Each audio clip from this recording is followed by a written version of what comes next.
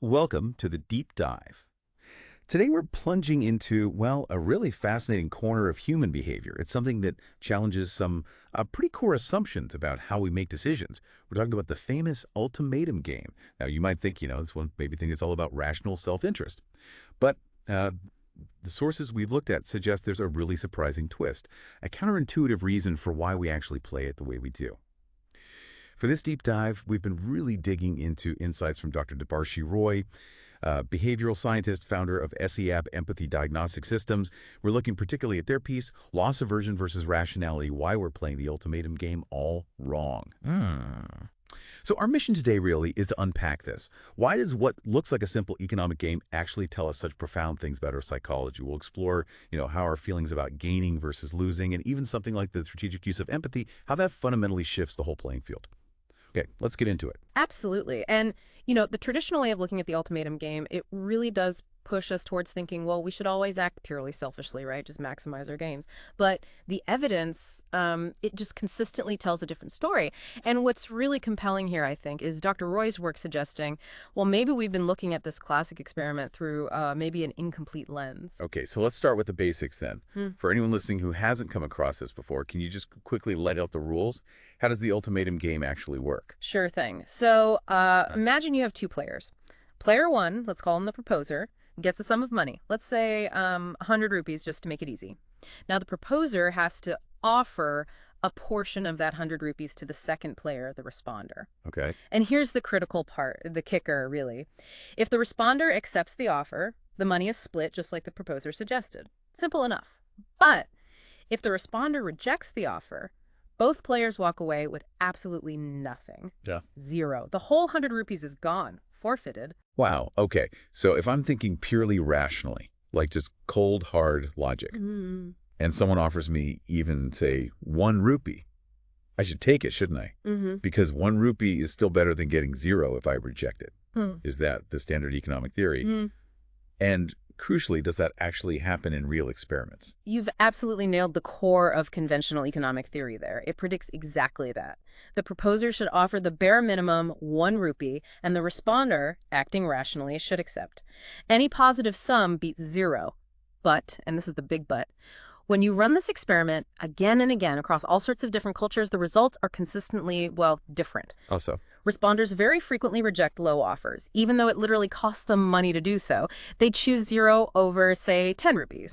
And perhaps because of that, proposers tend to offer significantly more than that bare minimum. Often it's much closer to a 40 or even 50% split.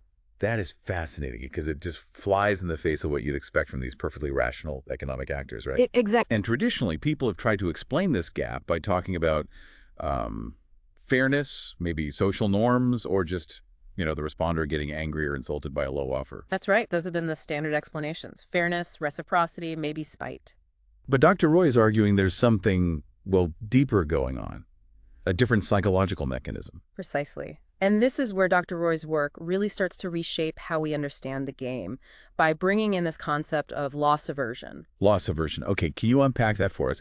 What exactly is it, and how does it flip our perspective on this whole ultimatum game scenario? Right. Loss aversion, it's a really central idea in behavioral economics, actually, and it's kind of deceptively simple.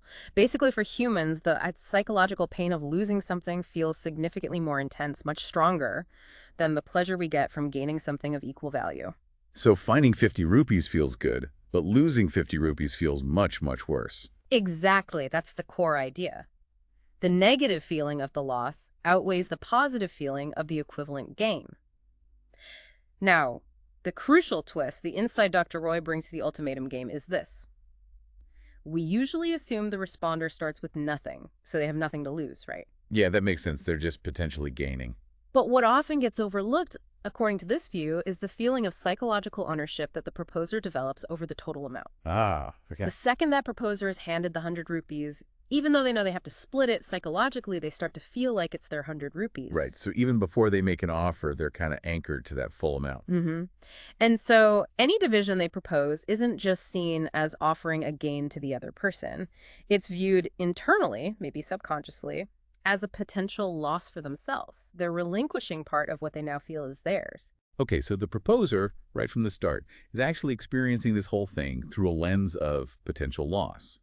If the deal falls through, they lose the whole 100 they felt they had.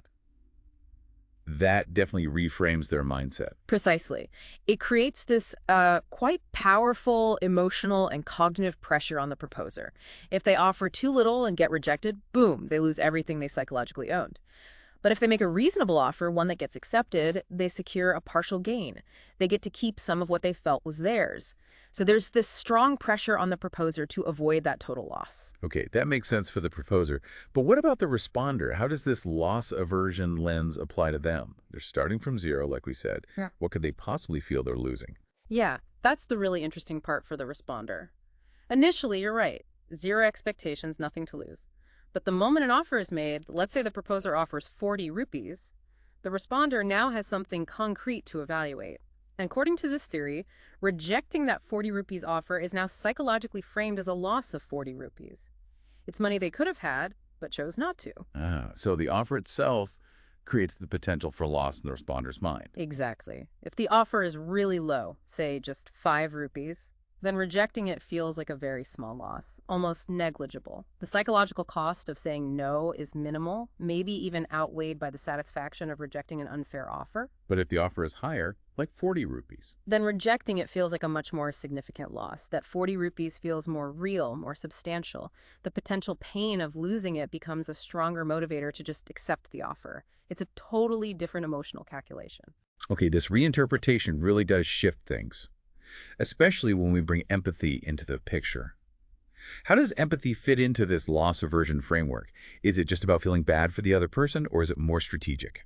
Well, in this framework, empathy becomes less about just, emotional resonance and more of a strategic cognitive tool, especially for the proposer. The proposer, to be effective, needs to engage in what Dr. Roy calls an empathic simulation. They essentially have to put themselves in the responder's shoes. Right. They need to ask themselves, okay, if I were the responder receiving this offer, at what point would the offer be large enough that rejecting it would feel like a significant loss?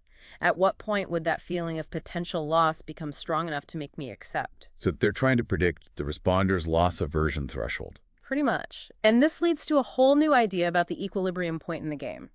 The optimal offer, from the proposer's perspective, isn't necessarily the absolute minimum the responder might accept based on pure logic. Instead, it's the offer that's just high enough to actively trigger that significant feeling of loss aversion in the responder. Like the 40 rupees example. Exactly. An offer like 40 out of 100 is often accepted, according to this view, not just because it seems subjectively fair, but because the responder genuinely feels like they'd be losing out on something meaningful if they rejected it. That feeling, that potential pain of loss, becomes the pivot that encourages acceptance.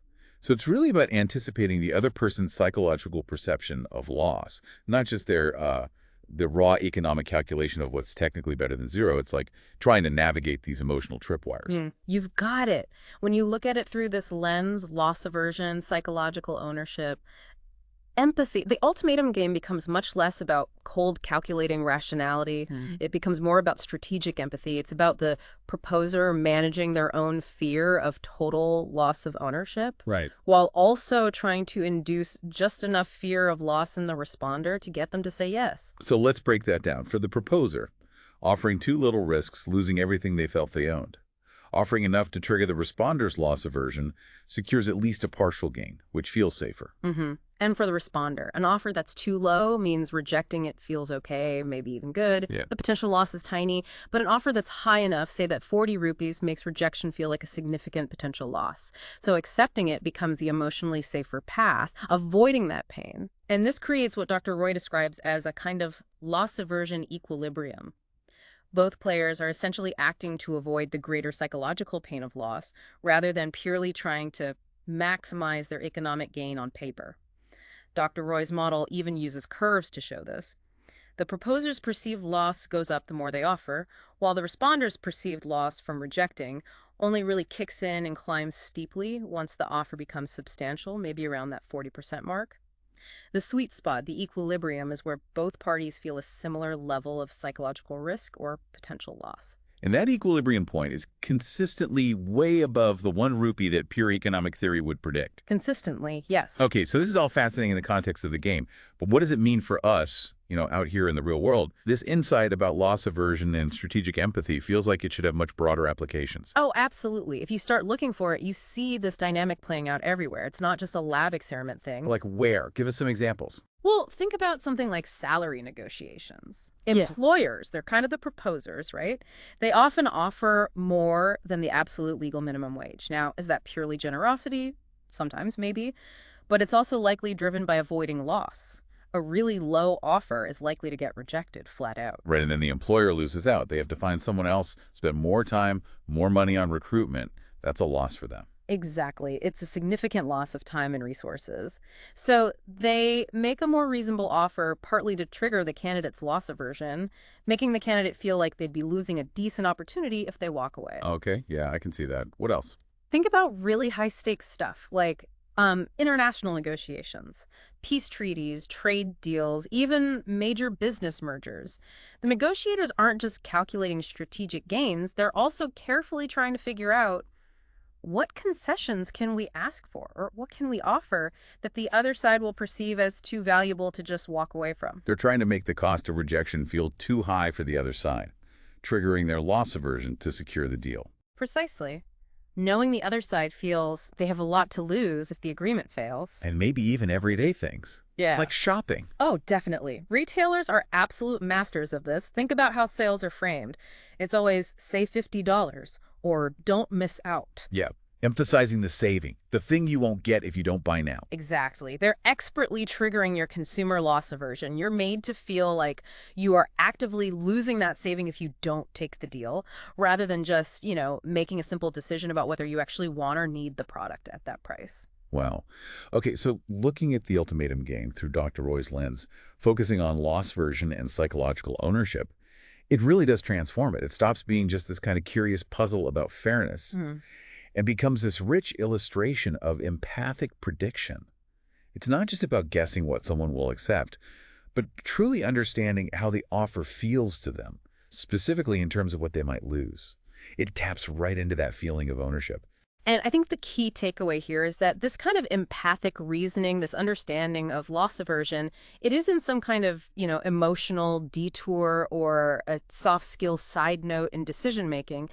In many situations, it seems like it's actually the very core of effective strategy. And like we've discussed, that holds true way beyond simple games or lab settings. Yeah. Whether you're sitting in a boardroom, teaching in a classroom, negotiating in parliament, maybe even just figuring things out at home, understanding the psychology of loss and ownership, and using empathy strategically, well, it seems like those who get it are just better equipped. Better equipped to design offers people accept, to make more effective decisions, and ultimately, maybe, to build agreements that actually last. So here's something for you, the listener, to perhaps mull over. Think about your own life, or maybe something you've seen in the news recently. Where might you or others be interpreting behavior as purely rational or maybe purely emotional, when actually these powerful undercurrents of loss aversion and strategic empathy are the real drivers? Something to think about. Thanks for joining us for this deep dive.